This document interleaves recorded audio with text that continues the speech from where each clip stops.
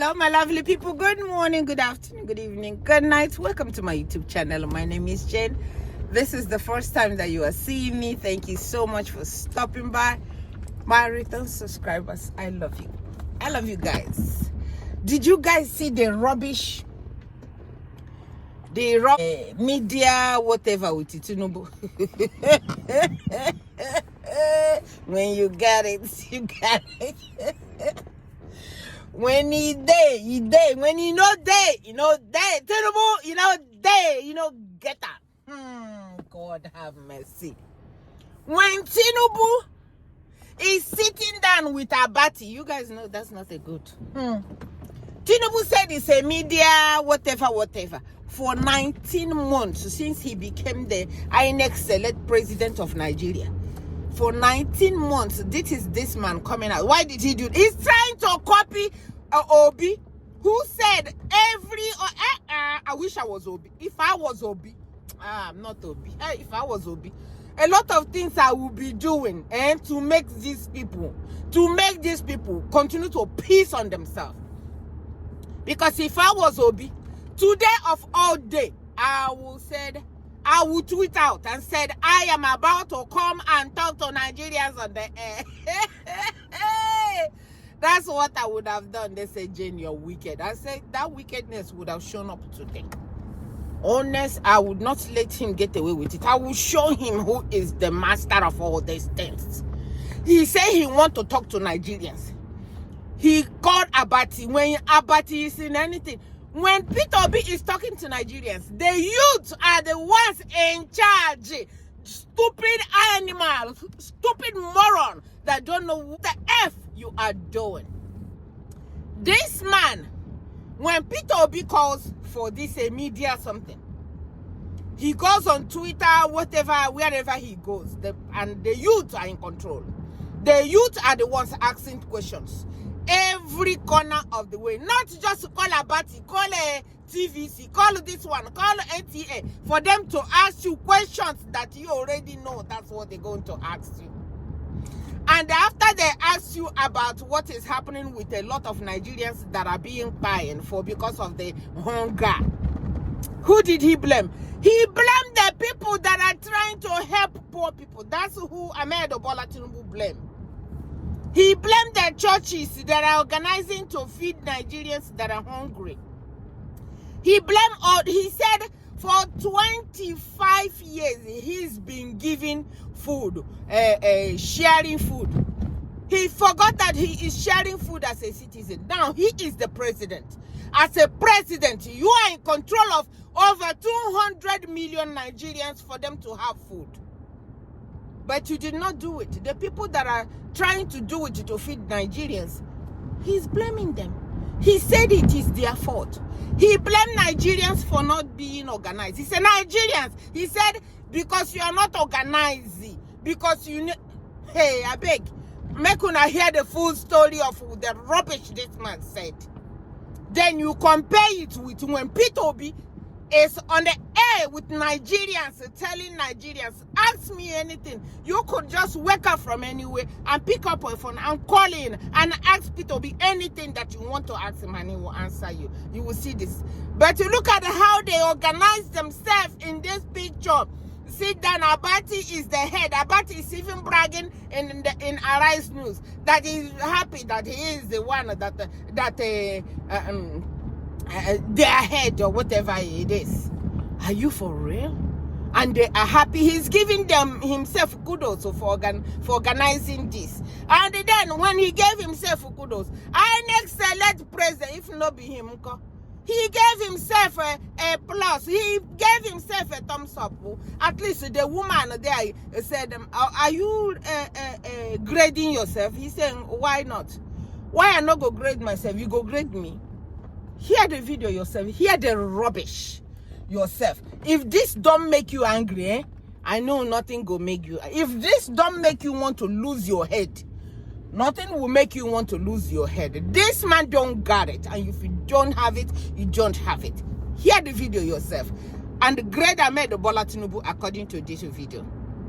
Grade Ahmed. First of all, when I was listening to the nonsense video from from NTA. It was like somebody is in the toilet. It was somebody is in the toilet cracking their phone like this. That's why they don't give Nigerians light. So that how many people watch this? In over 200 million people, how many people watch this? And I am glad you guys, for the first time in my life, I am happy Nigerians didn't have light to watch this rubbish. Because how can you even blame people that have lost loved ones in this Christmas time and blame it on the people that is trying to give them food? It not go better for this president. The same way these people are crying on a Christmas, that's the same way your children will cry. They will cry when it's time for their own. That's the same way that they will cry. So people, please watch this nonsense video. All I did was just watch a little bit of it because I just could not. I just could not waste my bloody time. And I just recorded it so you guys can just go and watch it yourself, because I can't. I just can't. And if I am in Nigeria, I can't say if I am a Nigerian. If I am in Nigeria, I will not use my expensive data to watch this rubbish. I will not do it. I would rather be watching where they are saying, you are the father. I would rather be watching where they are saying, doing one rubbish thing or the other, at least making me laugh, than to watch a president of Nigeria doing what this man did here. You sure to go ahead and watch yourself. From me to you, thank you so much for watching. Bye-bye. Anambra and also the Federal Capital Territory, in which quite a number of people, about 65 persons in total, including children, lost their lives as a result of what is called palliatives distribution stampede. Quite unfortunate. We commiserate with you and the people of Nigeria. But what is the guarantee that the next Christmas and the New Year will be better for Nigerians? What is the guarantee that the average Nigerian will be happier by this time next year than he or she is at this moment? Thank you very much. It's a very serious and mixed feeling for all of us to lose loved ones, children, particularly in Oyo State, Ibadan, then followed by various other reports. But are we looking at it from organizers' point of view? Or are you looking at it from the goodwill gesture of the people trying to give out whatever they have ancestral? And it's very sad that people are not well organized. We just have to be more disciplined in our society. Okay. Condolences to those who lost the family members. But it is good to give. I have been given out foodstuffs, commodities, including envelopes and body loan for the last 25 years.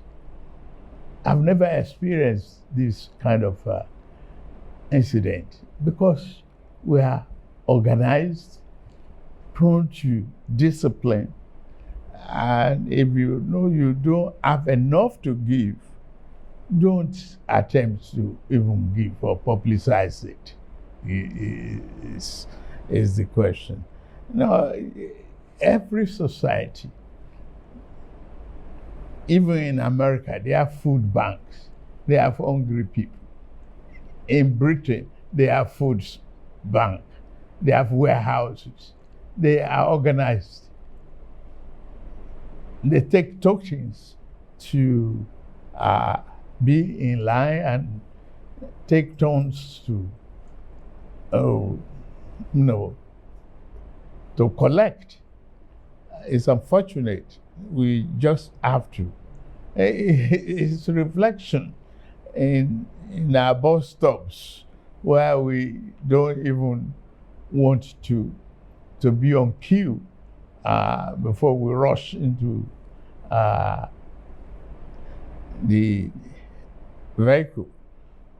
It is very sad, but we continue to learn from our mistakes.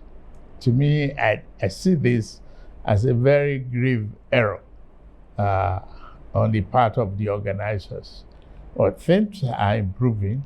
It doesn't kill our happiness for this season. It should be. We should just get on with it. Mr. President, we must admit, though, that things have been pretty tough this year for many households. And they, perhaps on the back of the reforms that you have also admitted, have been quite tough on Nigerians. With benefit of hindsight, do you think that perhaps you could have phased the removal of subsidy on fuel and the harmonization of forex rates? Or do you think that you could have withheld it until there was a contingency plan in place? What's contingency? Where is it? We were spending our future. We are spending our generation's fortunes. We were not investing. But are we are just deceiving ourselves. That reform is necessary. I could see the smugglers fighting back. That one doesn't affect me. It affects smuggling. Why should you have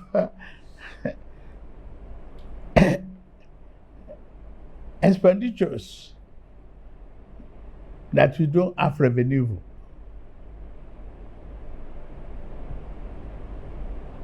I don't want to question people with a 5 limousine type of vehicles on the roads.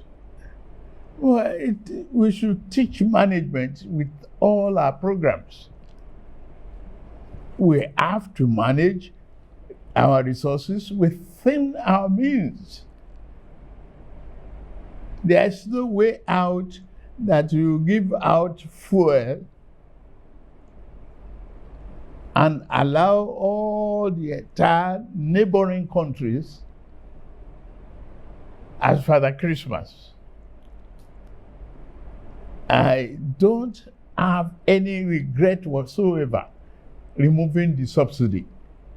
It is necessary. We cannot spend our future generations' investment upfront.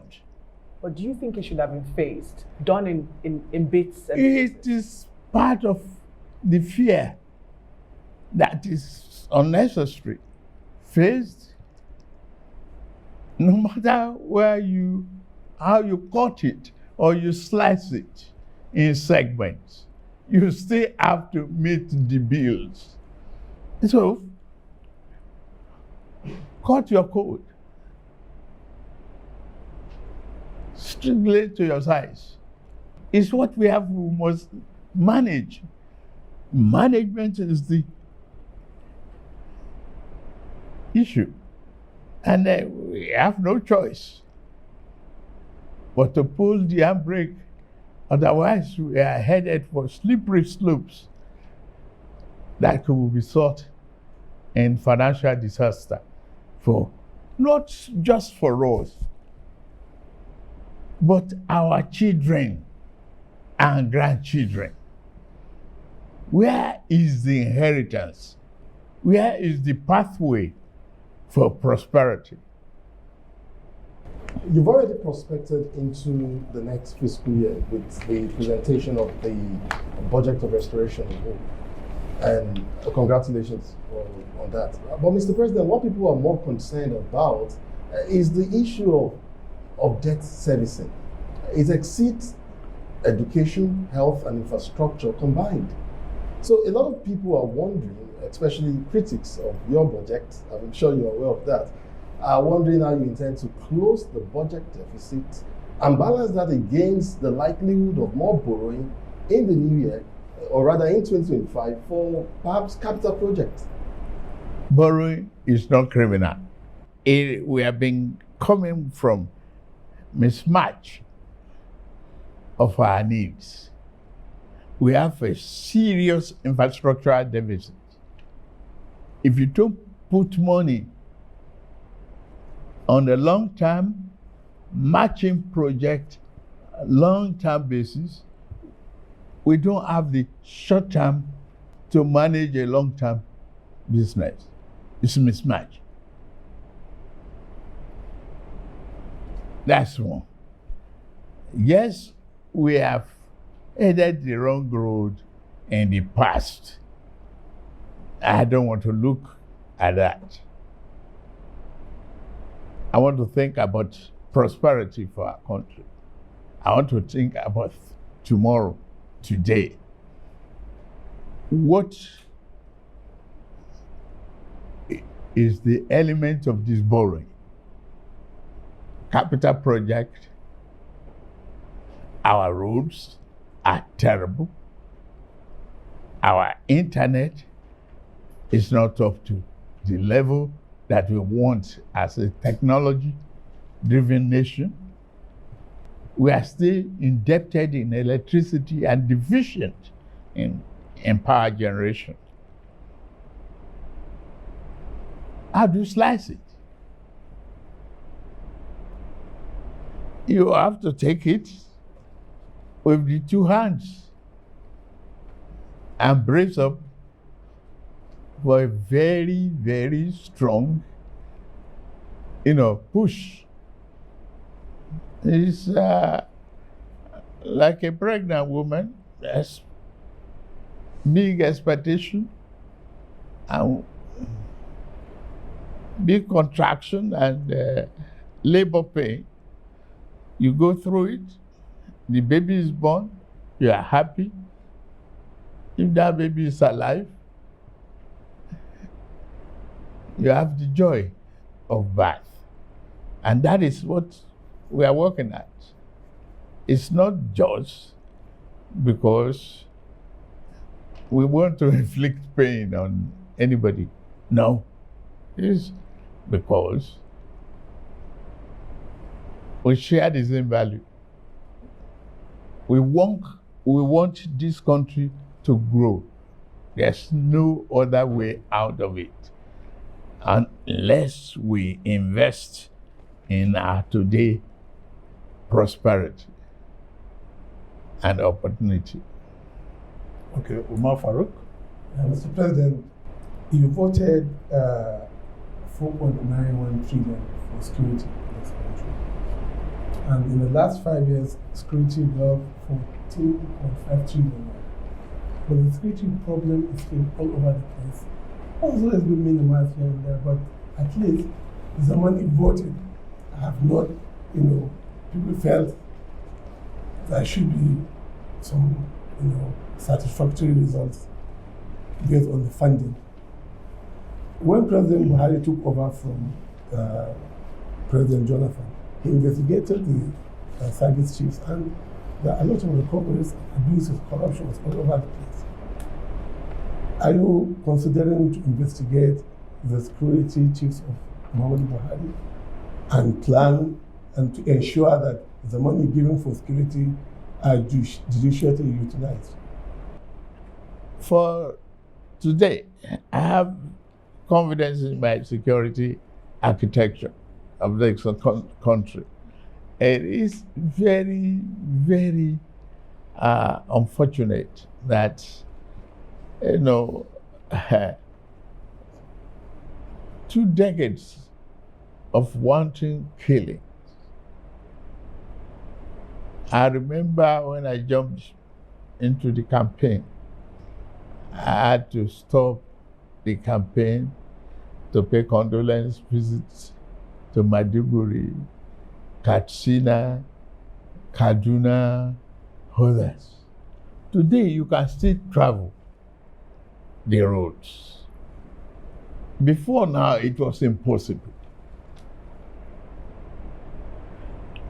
It takes one incident to mess up an organized environment. It takes one.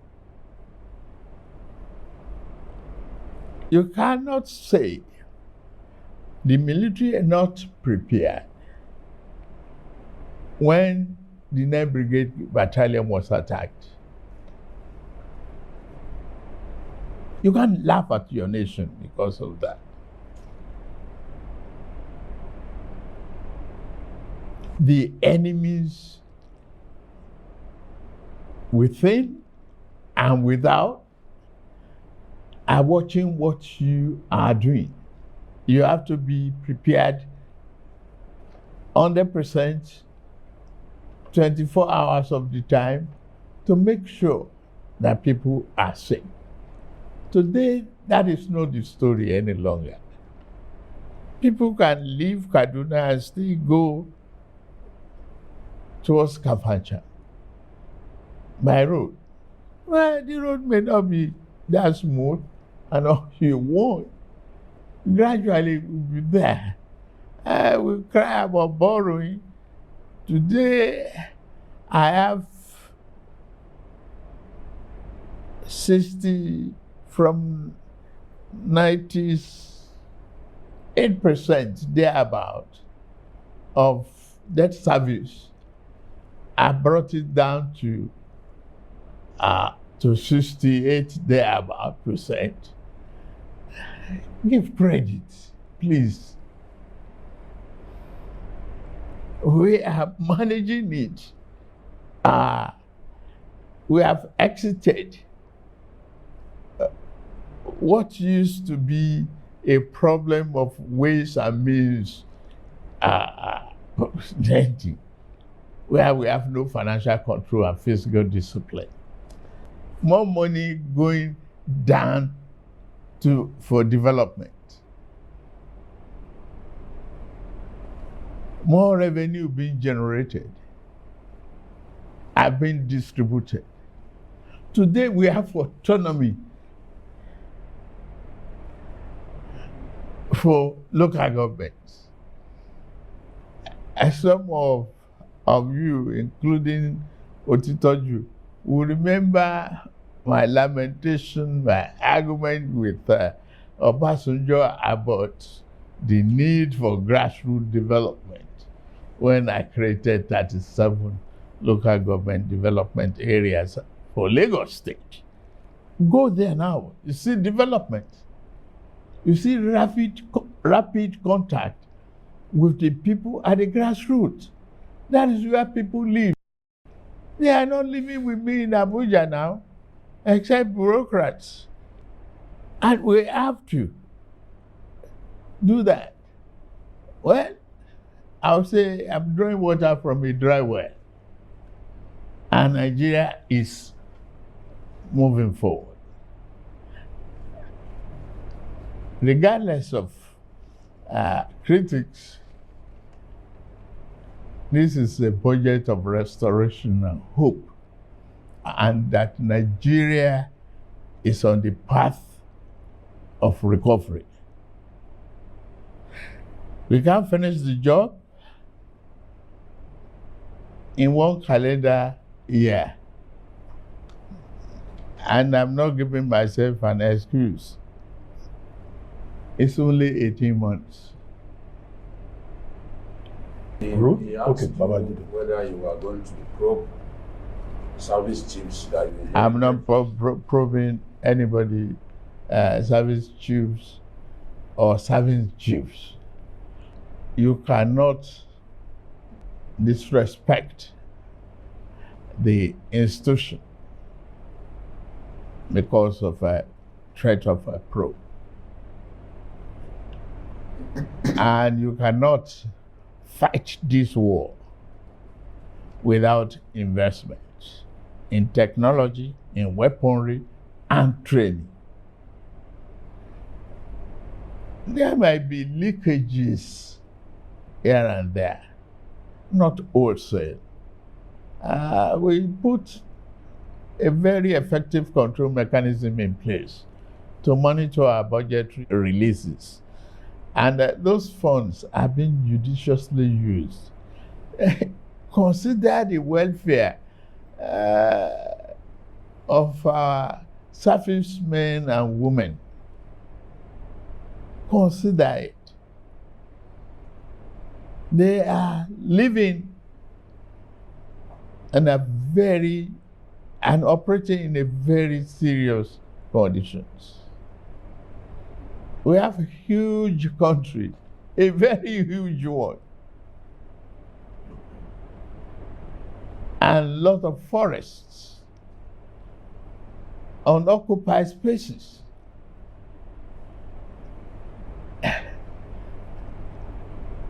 Give them credit for what they are doing.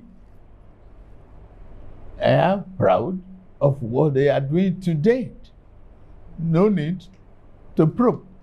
All right. Thank you, Mr. President. My question is still on the costs of living crisis, which has been described as the worst in a generation, and then the budget as well. Your plan is to, inflation is currently at 34%. Your plan in the current budget, in the 2025 budget, is to bring it down to 15%. Yeah. How do you plan to do that? Okay. One, produce more for consumption locally.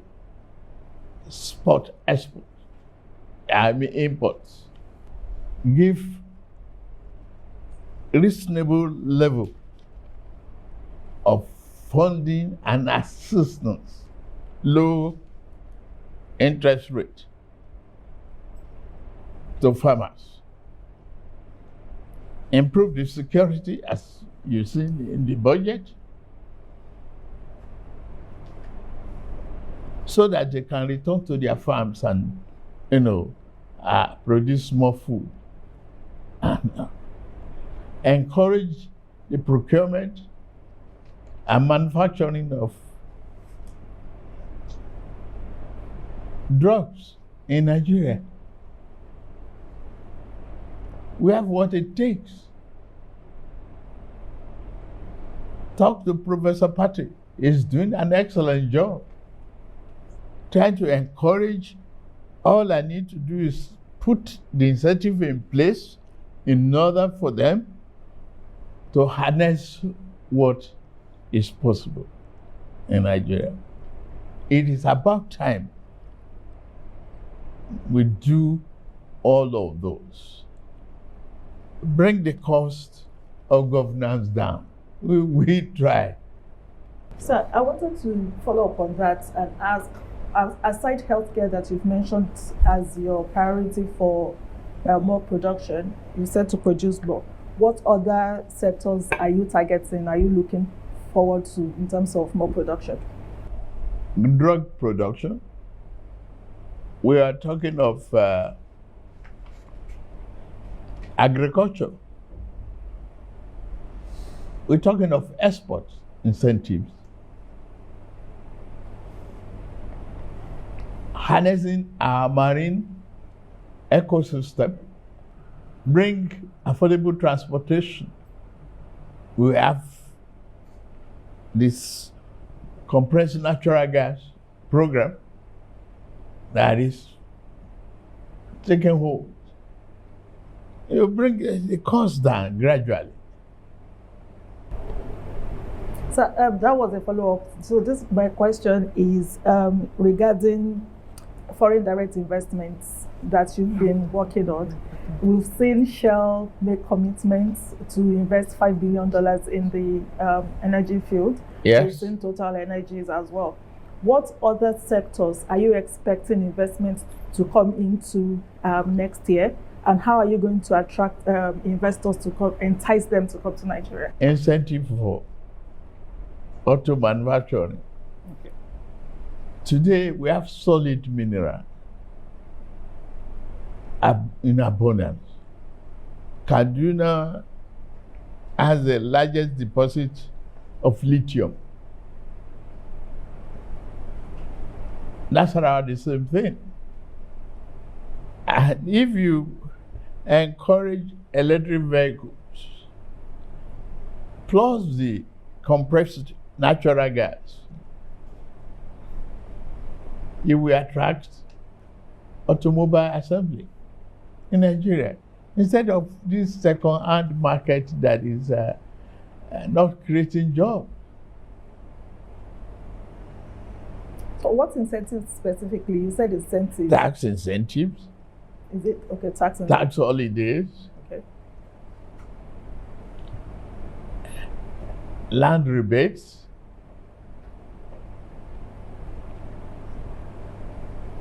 manageable pays, Okay. a lot of broad-based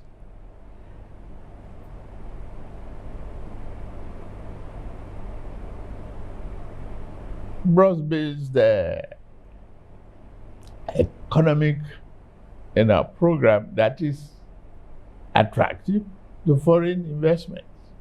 Okay.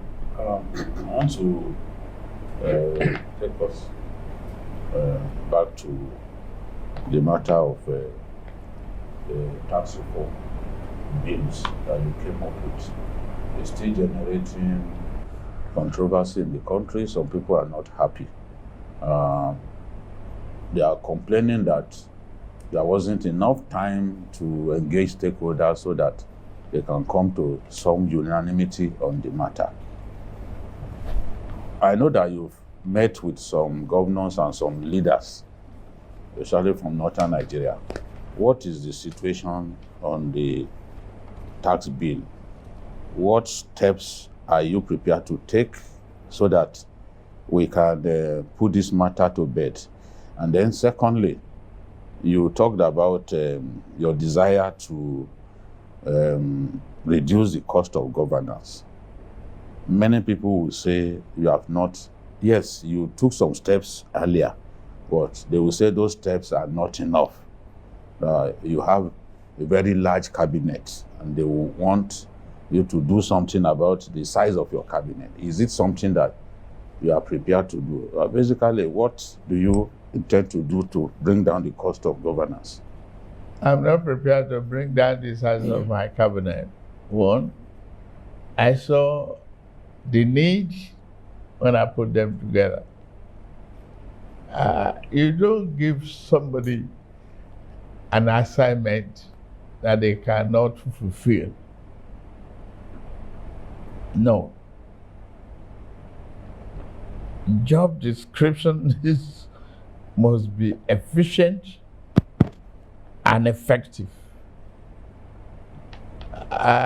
Nigeria is a large country, and I'm glad you are here. If you have to entertain over 200 million people just on entertainment,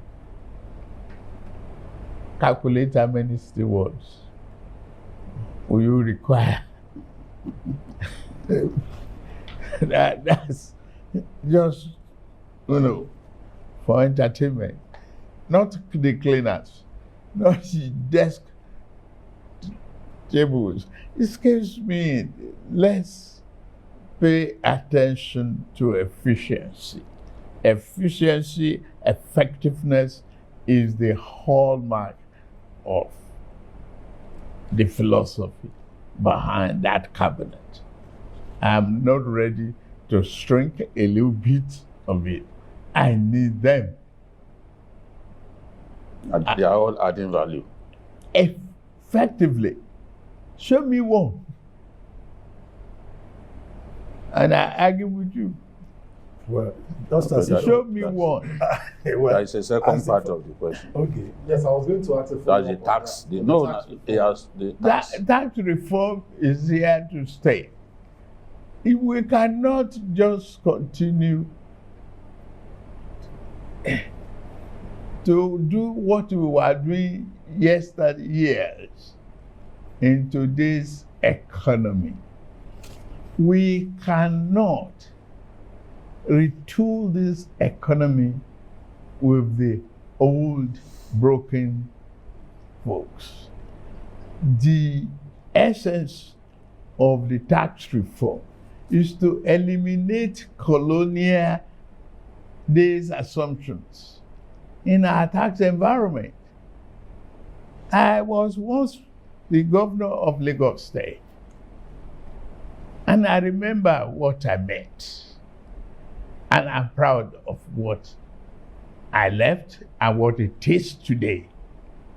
It's a large state now, and it's still expanding. The greatest real estate value is here.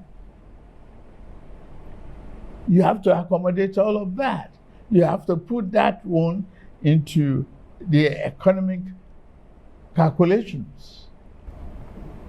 Yes, Mr. President, but it's not the rationale for your tax reforms bill that is in question. That is understood, Mr. President. Good. Yes. I think what especially critics are arguing is that it seems to be rushed and that you could have perhaps preceding, just before the presentation to the National Assembly, you could have sought maybe for more dialogue, a political solution to preempt the outcry and resistance that you faced afterwards. Every tax situation without outcry is not a tax. Well, You cannot satisfy uniformly the larger community of tax evaders. Look at this tax reform. It's pro-poor. The vulnerables are not to pay taxes. All we ask for is widen the net, bake the cake larger, so that we can share a larger meal. What is in it? They will still ask for this consultation no matter how long I delay it. The hallmark of a good leader is the ability to do what you have to do at the time it has to be done. That's my philosophy. You have given me the mandate to govern. Let me govern within the limit of my capacity. And I believe I have that capacity. I believe so. That's why I went into the race. I am focused, laser focused on what Nigeria needs and what I must do for Nigerians. It's just not going to be El Dorado for everybody. But the new dawn is here. I'm convinced, and you should be convinced. You should help propagate that conviction. I'm dialing back, Mr. President, to the budget.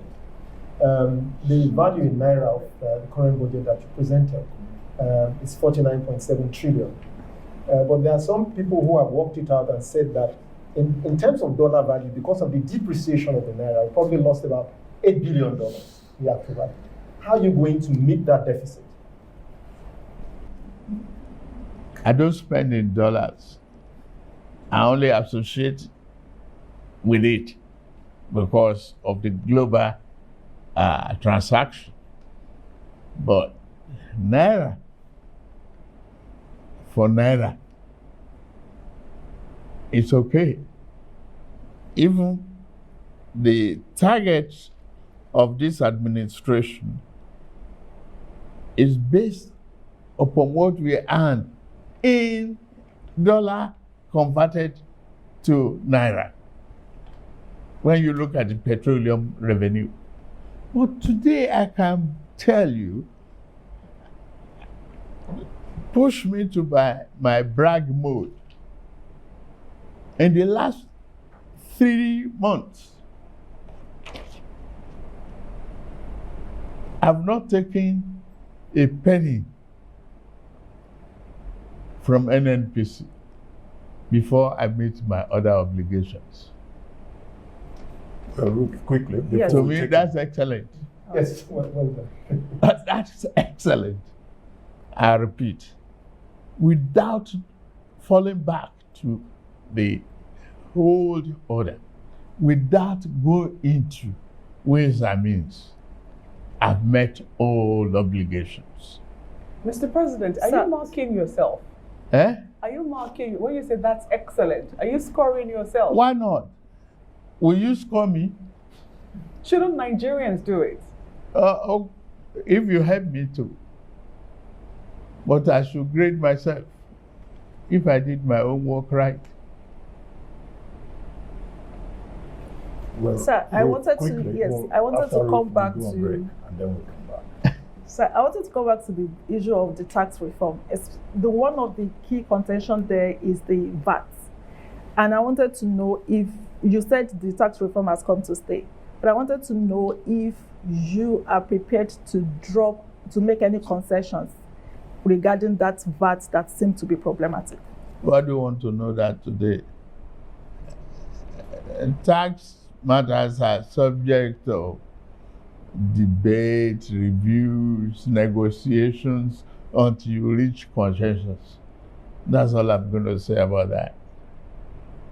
I don't mind cutting edges. I will. On that note, Mr. President, we'll take a short break here. Mr. President, thank you very much for staying with us. Now, let's look at a number of other issues. Food security. Nigerians, the last time you were in Lagos, they were saying, power, that is, we are hungry. And that's what people are saying all over the country. And you have a Ministry of Livestock Economy. You've been talking about agriculture. Now, how are you going to address, one, the issue of clashes between farmers and herders, and how to put food on the table so that Nigerians will not be, engaging in stampede for free food, for palliatives? Well, thank you very much. It is very sad to look back and very promising to look at what we are doing now. There was never a Ministry of Livestock Development. It was stopped. I've been traveling around the globe to campaign and sell Nigeria. Hopefully, all of you will help lift this country from this moment on. And livestock is to turn a disaster to prosperity for Nigeria. We have what it takes. We have the arable land, we have animal stock, we have the opportunity. We just have to remove the conflicting element and commercialize the venture. And I went to Brazil, saw what is happening there. Within 2 days, I got a pledge of $2.5 billion. And they have been here to visit Nigeria. To turn what we seen as tragedy to opportunity and prosperity. I've been warned not to grade myself. I won't. But that is a promise for this country. And that's up till the level of cow horn is being converted in other climes, just as Brazil and the rest of the Americans. Why not take advantage of that here? We can feed ourselves, we can export and feed other nations. Our people, some of the ministers are there in Saudi Arabia right now, discussing the opportunity for food, growth and supply, for more investments in our agricultural businesses. Why are we not embracing commodity exchange to do a whole lot of other businesses that's around agriculture? We will do. Will you also consider price control? Because it's like people are just doing what they like. I don't believe in it. Sorry, Babajide, I don't believe in price control. I don't. What can we do, sir, to bring down We just food prices? continue to supply the market. We work hard to supply the market. But there are middlemen who are making life unbearable for them. Well, they will. You see, it's a question of supply and demand. It will come to a stage where you cannot hold no more. It will come to a stage. The economic variables will work against you. Now, let's take, for example, the fuel prices and the petrol pump. I introduced Naira for dollar change. Yes. For weeks, they didn't want to comply. They were arguing with me. Okay, leave it to free market. I left it. Now the prices are coming down gradually. Yes. Okay. The market is being saturated. No monopoly, no oligopoly. You have a free market economy flowing. And people are learning management. My friend used to have about, he bragged to me, he has 5 Rolls Royce. And he brought a nice Jeep here. The other day, I saw him in his Honda Accord. Oh, he said, why? He said, that's where you put me. I said, I didn't put you there. He said, that is the cost of fuel prices. He could no longer maintain 5 limo type of vehicles. It's not negative to learn to manage.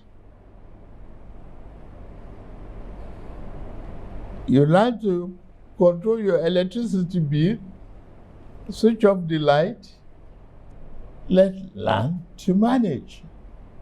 Is Nigeria looking to export food commodities to Saudi or other countries? Oh, sure. Why not take advantage of the export and good commodity pricing? But people would say that we're not producing enough for our own consumption. We will.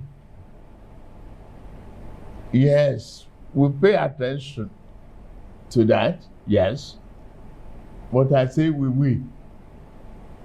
We will give more incentive to the farmers, low interest rate, borrowing, mechanize farming. It's not done to go back to my grandfather's method of farming. It's not possible any longer. Let's make it manageable and sexier to stay on the tractor and harvest corn and export commodities. I think it's better for us in Nigeria. We are getting there. I have over 2,000 tractors coming to this country for mechanized farming. Mr. President, is fighting corruption a priority for you? If it is, what are the areas that you're looking at? Corruption in all ramifications is bad for the people. But first of all, pay enough attention to the causes. Why are the people corrupt at all? The lack of social amenities, the lack of needs in some areas, lack of funding for their children's education. There are so many anti-corruption mechanisms that you can put in place that will help the people not to be corrupt. Pay them good and living wages. I have moved from 35,000 to 70,000. To me, that's anti-corruption. And if I can earn more, I've given more money to the state and local government level. I've been transparent with my earnings. Every month there is a publication as to how much this country is making. But Mr. President, it doesn't address grand corruption. There's petty corruption and there's grand corruption. Only recently, the EFCC, published the fact that one person owned 735 houses in Abuja alone. One person. And we got it. You don't know how long it has started. He did fantastic infrastructure. He had rule of houses, but we got it. That's anti-corruption too. We got it for the public. Disclosure, ability to stem corruption is part of the instrument of EFCC. That is why they are discovering all sorts of inefficiencies in the system, block all the loopholes where anybody can just game the system.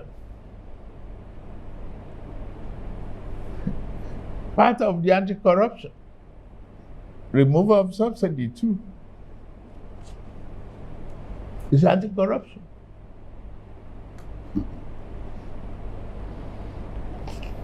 It is very, very difficult to